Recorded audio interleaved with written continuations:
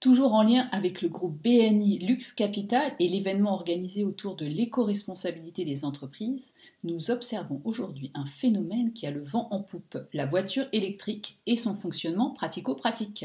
Car il faut charger ces engins, oui, mais comment ? Pas toujours si facile de s'y retrouver.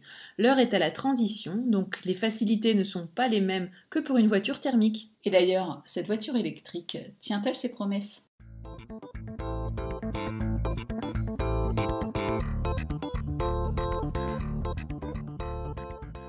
Bonjour Vincent, donc tu es fondateur et gérant de Phoenix Tech qui propose des solutions de rechargement pour véhicules électriques. Bonjour Vincent. Bonjour. Alors donc ta société répond complètement à la problématique du jour, à savoir l'éco-responsabilité. Et j'ai une petite question pour toi.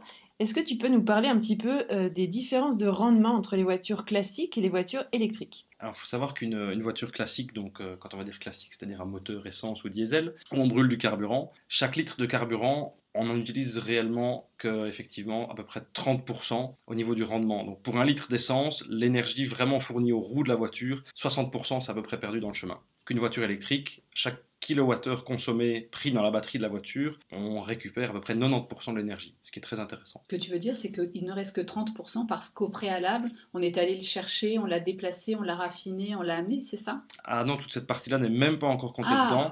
Là, on parle du litre de carburant qui est déjà raffiné, qui est déjà dans le réservoir de la voiture. Ce carburant est brûlé dans le moteur et l'énergie qu'on va récupérer de ce carburant brûlé n'est qu'à peine 30%. Le reste s'en va dans des frottements mécaniques et en gros dans la chaleur perdue. Ah, très intéressant. Donc tandis que l'électrique, on utilise vraiment complètement, quasiment complètement ce kilowattheure. Sur chaque kilowattheure chargé dans la batterie de la voiture, si on estime une consommation à peu près 15 kWh par 100 km, à peu près sur ces 15 kWh consommés, à peine 1 kWh est perdu en frottement, en énergie perdue, etc. Donc c'est un excellent rendement à la fin du cycle. Ouais, effectivement. En parlant de ça, comment est-ce qu'on charge cette voiture ? Ah, avec une borne de recharge. Oui, on s'en doute, mais tu nous as expliqué qu'il y avait différents types de charge. Alors, il y a différents types de charges, effectivement. Donc, il y a le mode 2, que presque tout le monde a déjà vu. C'est finalement une prise électrique classique qu'on branche dans le mur.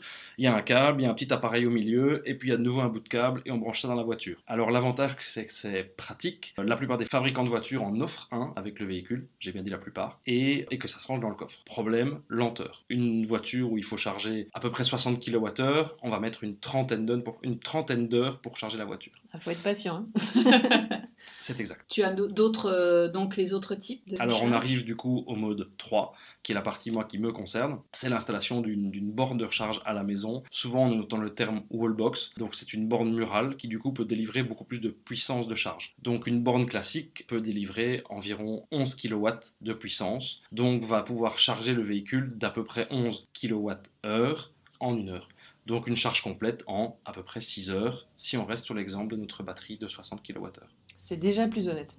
C'est déjà plus rapide. Et puis il y a les fameux superchargeurs, c'est ça ? Exact. Les superchargeurs, c'est ce qui se rapproche le plus de ce qu'on va dire qu'on connaît comme une station essence, dans le sens où on va pouvoir récupérer une grande quantité de kilomètres ou une grande partie de notre autonomie en un temps réduit, parce qu'on charge beaucoup plus vite. Donc les superchargeurs fonctionnent sur le même principe, on branche une prise dans le véhicule, par contre on va récupérer 80% de charge en entre 20 et 30 minutes plus ou moins pour la plupart des véhicules. Ok, super. Et donc souvent on entend dire les voitures électriques c'est bien pour des petits trajets de ville, mais qu'en est-il pour un départ en vacances ? Est-ce qu'il y a des barrières vraiment psychologiques que tu peux peut-être détruire et nous dire ce qu'il est possible de faire pour un plus long voyage ? C'est en fait la plus grosse barrière psychologique, c'est toujours ce « oui mais quand je pars en vacances ?» Déjà, ou en week-end. Déjà, la plupart d'entre nous on part pas finalement en vacances toute l'année, donc finalement c'est un petit problème qui n'est finalement qu'une petite limitation, parce que pour le reste de l'année, finalement avec une recharge à la maison, pas de problème pour les autonomies, et du coup pour cette petite fois où on part en vacances une semaine par an, ou 2 semaines ou plus, je vous le souhaite, il y a des bornes de recharge rapides, les bornes de recharge DC, dont on vient de parler juste avant, qui est le mode 4, qui souvent sont réparpillées sur tout le territoire européen, où il suffit simplement de modifier son itinéraire ou d'adapter son itinéraire pour passer par ces différents points où on va recharger en une vingtaine de minutes, qui finalement peuvent tout à fait correspondre à la pause pipi, la pause pour changer les enfants, la pause pause pour donner la panade, la pause pour s'aérer simplement, parce qu'on recommande de faire une pause après 2-3 heures de route. Donc cet obstacle n'en est pas véritablement un finalement. Et on peut recharger sur le territoire avec la même prise, en fait, c'est compatible pour tous les véhicules? Le but effectivement de ça évidemment était de simplifier. Donc l'Europe a effectivement imposé un type de prise qui va être compatible sur la plupart des véhicules. Et donc du coup, qu'on se retrouve en Autriche, en France, en Espagne, les bornes de recharge rapide seront équipées de la même prise compatible avec la très grande majorité des véhicules.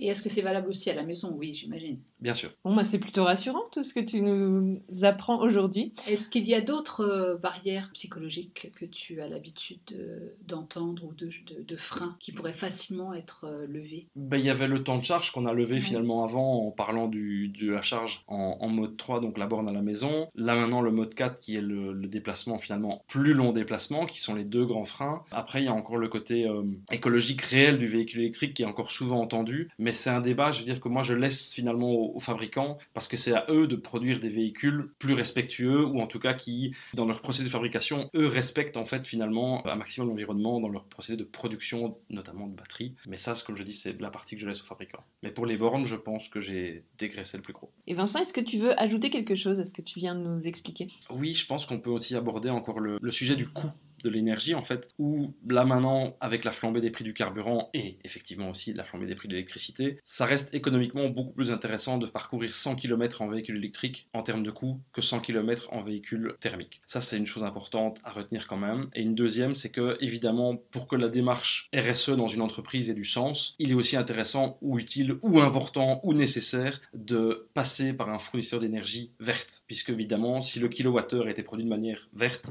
forcément on introduit dans la voiture quand on charge des kilowattheures verts, donc du coup dans la suite de la démarche. Voilà. Super, merci beaucoup Vincent. Passionnant.